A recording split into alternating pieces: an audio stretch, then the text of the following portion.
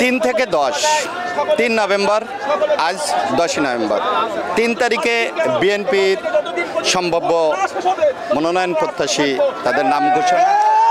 তারপর থেকে সাতক্ষীরা 3 নম্বর আসনের কিন্তু এই 10 তারিখ পর্যন্ত সাতক্ষীরা 3 নম্বর আসনের যারা নেতাকর্মী আছেন, শহীদুল আলমের নেতাকর্মী আছেন, সমর্থক আছেন, যারা সাধারণ ভোটার আছেন, তারা কিন্তু কোনোভাবে 3 নম্বর আসনে কাজী আলাউদ্দিনের মনোনয়ন মেনে নিতে পারেনি।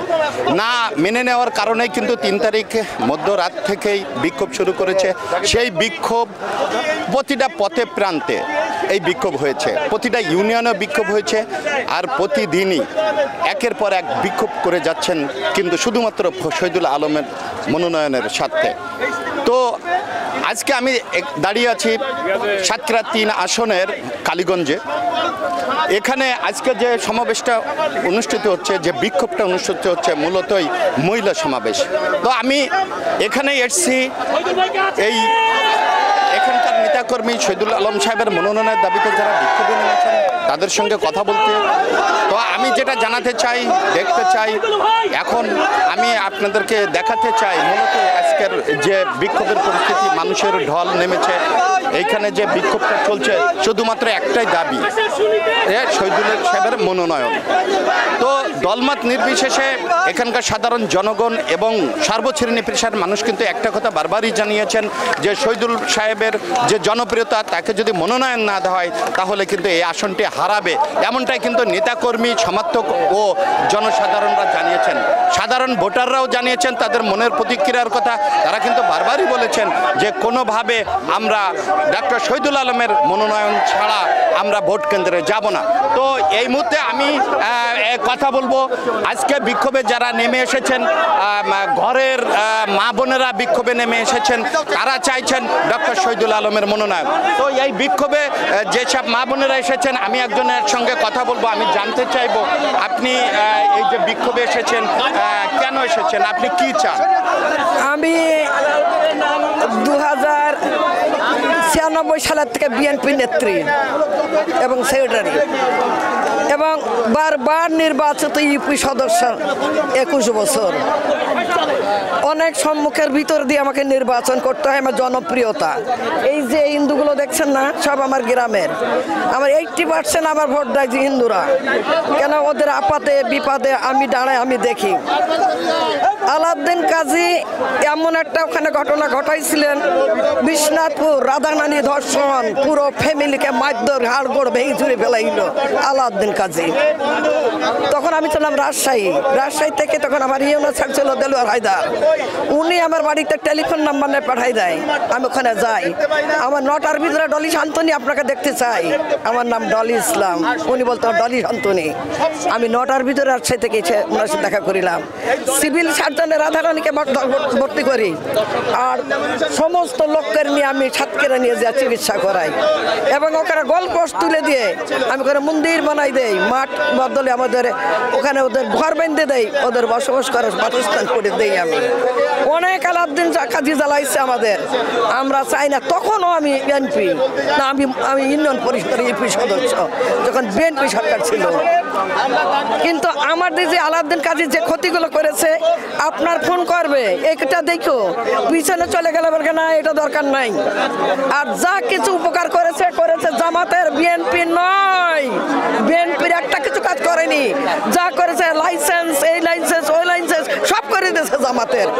ওর যদি ধরতে পাই কালীগঞ্জে টুকরো টুকরো করে কাটবো। এবং আমরা মহিলারা যেমনই জানাচ্ছিলেন, আসলে বিভিন্ন কর্মকাণ্ডের দিক দিয়ে কিন্তু কাজী আলাউদ্দিন কিন্তু অনেক বিতর্কিতভাবে এরকম কথা কিন্তু উপস্থাপন করছেন। তো আমি একজন যারা বিক্ষোভে এসছেন, আমি একটু কথা বলবো। আপনি এসছেন, আপনি কি চান? আমি চাই ডাক্তার শহীদুলের মনোনয়ন। উনি গরিবের বন্ধু, উনি সুখ দুঃখের সাথী, গরিবের বন্ধু। ওরা যত রুগীপত্র পাইছে, আমি 39 বছর মেম্বারি করেছি, যত রুগী পাঠাইছি উনি বিনা পয়সায় চিকিৎসা দিয়েছে। আমাদের অনুরোধ, আমাদের দাবি, আমাদের আবেদন ওনার শহীদুল ডাক্তারের দিক।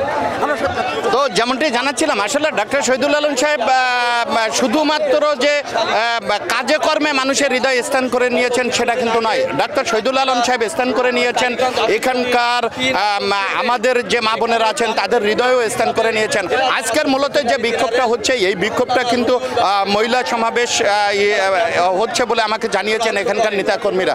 তো আমি এখন আরেকটু কথা বলবো, আমার একজন খুবই সাধারণ চাচিমা আছেন, এনার সঙ্গে একটু কথা বলবো। আপনি এখানে এসছেন, আপনি কিসের জন্য এসছেন, কি চাচ্ছেন? শহীদুল আলম কেমন মানুষ? খুব ভালো মানুষ, ওকে চাই। আপনি কেন এসছেন এখানে? আইসি শুধু ওই লোকের জন্য আইসি, যেন ও যেন ভোটটা পায়, যেন ওরে চাই।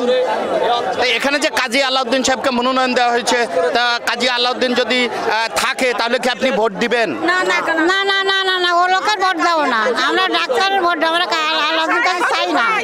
আমরা তো যেটা আসলে যেটুকু জানতে চাচ্ছিলাম সেটুকু বলছিলাম আমি, যে কোনোভাবে আসলে সম্ভব হয়নি যে উনার যে জাতি ধর্ম বর্ণ নির্বিশেষে কোনোভাবেই কিন্তু উনি জনপ্রিয়তার কোনো অংশে কম ছিলেন না, এমনটাই কিন্তু আসলে জানাচ্ছেন।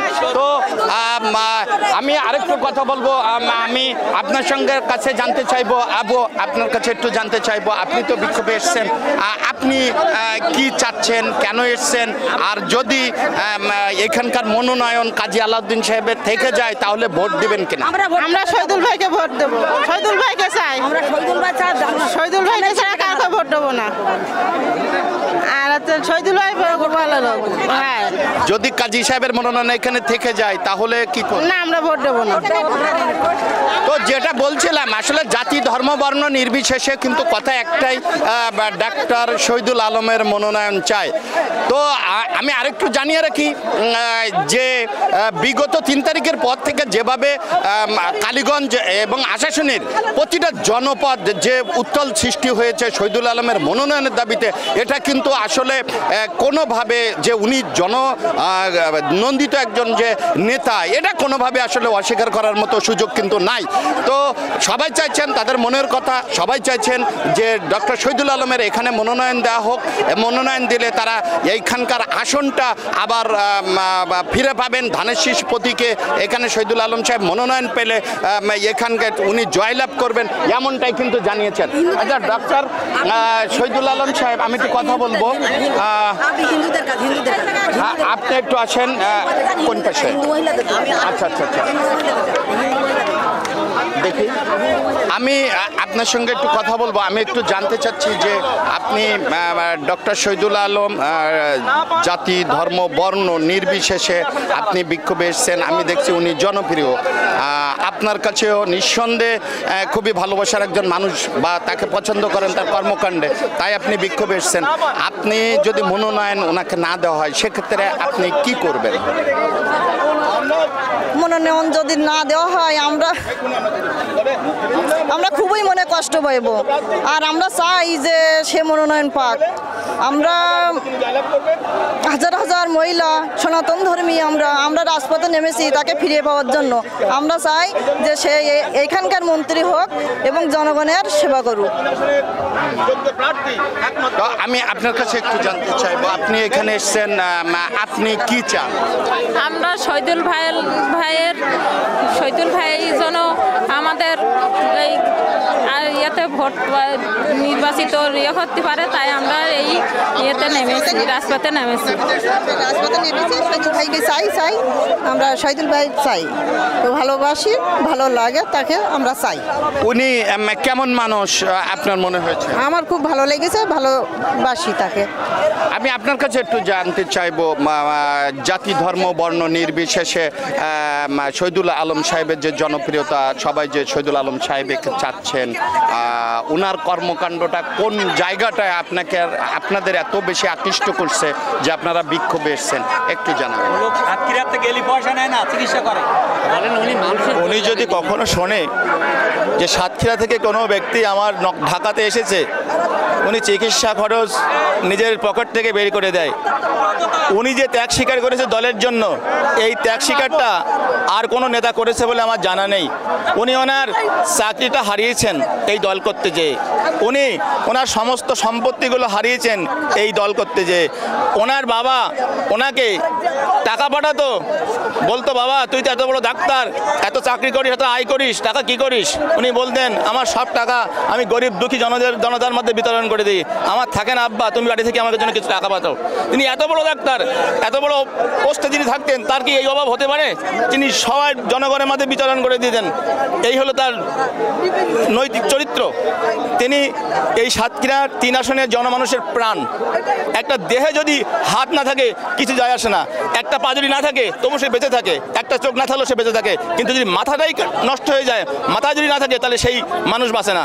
আমি মনে করি এই বর্তমান সমাজের এই বর্তমান প্রেক্ষাপটে সাতক্ষীরা 3 আসনের একমাত্র যোগ্য উত্তরাধিকার এবং মনোনয়ন প্রার্থী ডাক্তার শহীদুল আলম, তার কোনো বিকল্প নেই নেই নেই, তিনি একমাত্র যোগ্য প্রার্থী। আমি আপনার কাছে একটু জানতে চাইবো আজকে মূলতই হচ্ছে আপনাদের সমাবেশ, এই সমাবেশে আপনি এসেছেন, আসলে কিসের জন্য এসেছেন? আমরা এসেছি, আমরা বেশ কয়েকদিন আগে জানতে পারলাম যে জনাব কাজী সাহেবের মনোনয়নটা খসড়া পর্যায়ে প্রকাশিত হয়েছে, তাতে আমরা সন্তুষ্ট নয়। উনি দীর্ঘ 16 বছর, এখান থেকে 16 বছরের আগের 5 বছর উনি এমপি ছিলেন। আমাদের এলাকায় এত অবহেলিত যে উনি যাওয়ারও সময় পেতেন না, এবং উনি যাতেন না যাওয়ার মতো। তারপরও আমরা বলতে চাই যে আমাদের মনের মানুষ, প্রাণের মানুষ এই ডাক্তার শহীদুল আলম, এই শহীদুল আলম ভাইকে নমিনেশন দিলে বিএনপি সিটটি তার নিজের ঘরেই তুলতে পারবে। আর যদি তিনি না দেন, যদি এনাকে বঞ্চিত করেন, ইনিও রাজনীতি থেকে আমার ধারণা ইনি বেরিয়ে আসতে পারেন, এবং আমরাও নির্বাচনের দিনে হয়তো কেন্দ্রে যেতেও পারি, না যেতেও পারি, ওটা আমাদের চিন্তা ভাবনার বিষয়। এটা আমার শেষ কথা। আপনারা সকলেই ভালো থাকেন। তো আসলে সর্বসাফল্যে একটা জিনিসই কিন্তু পরিষ্কার হয়ে যায়, ডক্টর শহীদুল আলম সাহেবের কর্মকাণ্ড, ডক্টর শহীদুল আলম সাহেবের যে মানব সেবা, এই সেবার জায়গা থেকে উনি মানুষের হৃদয়ে এমনভাবে স্থান করে নিয়েছেন যে কোনোভাবে শহীদুল আলমের বিকল্প সাতক্ষীরা 3 আসনে মেনে নিতে পারছেন না। আশাশুনি, কালীগঞ্জ, প্রতিটা জনপদেই, প্রতিটা ইউনিয়নের মানুষের কিন্তু প্রাণের দাবি, মনের দাবি ডক্টর শহীদুল আলম। ডক্টর শহীদুল আলমকে মনোনয়ন দিয়ে এই আসনটি বাঁচানোর জন্য নেতা, কর্মী, সমর্থক থেকে সাধারণ ভোটাররা পর্যন্ত জোর দাবি জানিয়েছেন। Moshiur Firoz, Asian Television, Satkhira.